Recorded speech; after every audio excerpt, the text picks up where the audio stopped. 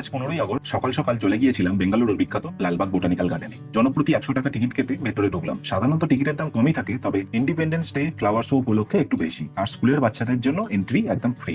ব্যস্ত শহর আর কংক্রিটের জঙ্গলের মাঝে প্রায় 240 একর জায়গা জুড়ে ছড়িয়ে থাকা এই বিশাল বোটানিক্যাল গার্ডেনটি সত্যি যেন একটু স্বস্তির নিঃশ্বাস নেওয়ার জায়গা। ইতিহাসের পাতা উল্টালে জানা যায় যে প্রায় 1760 সালের দিকে মহীশূরের শাসক হায়দার আলী এই উদ্যানটি তৈরির কাজ শুরু করেছিলেন। পরবর্তীতে তার ছেলে টিপু সুলতান লালবাগকে আরো সম্প্রসারিত করে, আর এই বাগানের একেবারে কেন্দ্রস্থলে রয়েছে এই বিশাল গ্লাস হাউস। আর এই গ্লাস হাউসের সবচেয়ে বড় আকর্ষণ হলো লালবাগের এই ফ্লাওয়ার শো। স্বাধীনতা দিবস উপলক্ষে এই ফুলের প্রদর্শনী দেখতেই মূলত আমার আজকের আশা। তো এবারের প্রদর্শনীর মূল আকর্ষণ হলো বেগুড়ের প্রায় 1200 বছরের পুরানো পঞ্চলিঙ্গেশ্বর মন্দিরের একটি অসাধারণ ফুলের প্রতিকৃতি, যেটা প্রায় সম্পূর্ণই ফুল দিয়ে তৈরি। আর এই পুরো প্রদর্শনীর মাধ্যমে শ্রদ্ধা জানানো হয়েছে পশ্চিম গঙ্গা রাজবংশকে। খ্রিস্টীয় 4র্থ থেকে 10ম শতাব্দীর মধ্যে প্রায় 6 শতাব্দী ধরে বর্তমানের কর্ণাটকের বিভিন্ন অংশে এই রাজবংশের শাসন ছিল। এরপর চলে এলাম লালবাগ লেকের কাছে। লেকের ধার ধরে হাঁটতে হাঁটতে নানান পাখিদের দেখতে পারেন, কিংবা চুপচাপ বসে উপভোগ করতে পারেন চারপাশের প্রাকৃতিক পরিবেশ। লালবাগের আরো একটি আকর্ষণ হলো এই পেনিনসুলার নেইসিস রক। এই শিলার বয়স 3000 মিলিয়ন বছরের বেশি। আর এই প্রাচীন শিলার চূড়ায় রয়েছে বেঙ্গালুরুর প্রতিষ্ঠাতা প্রথম কেম্পেগৌড়ার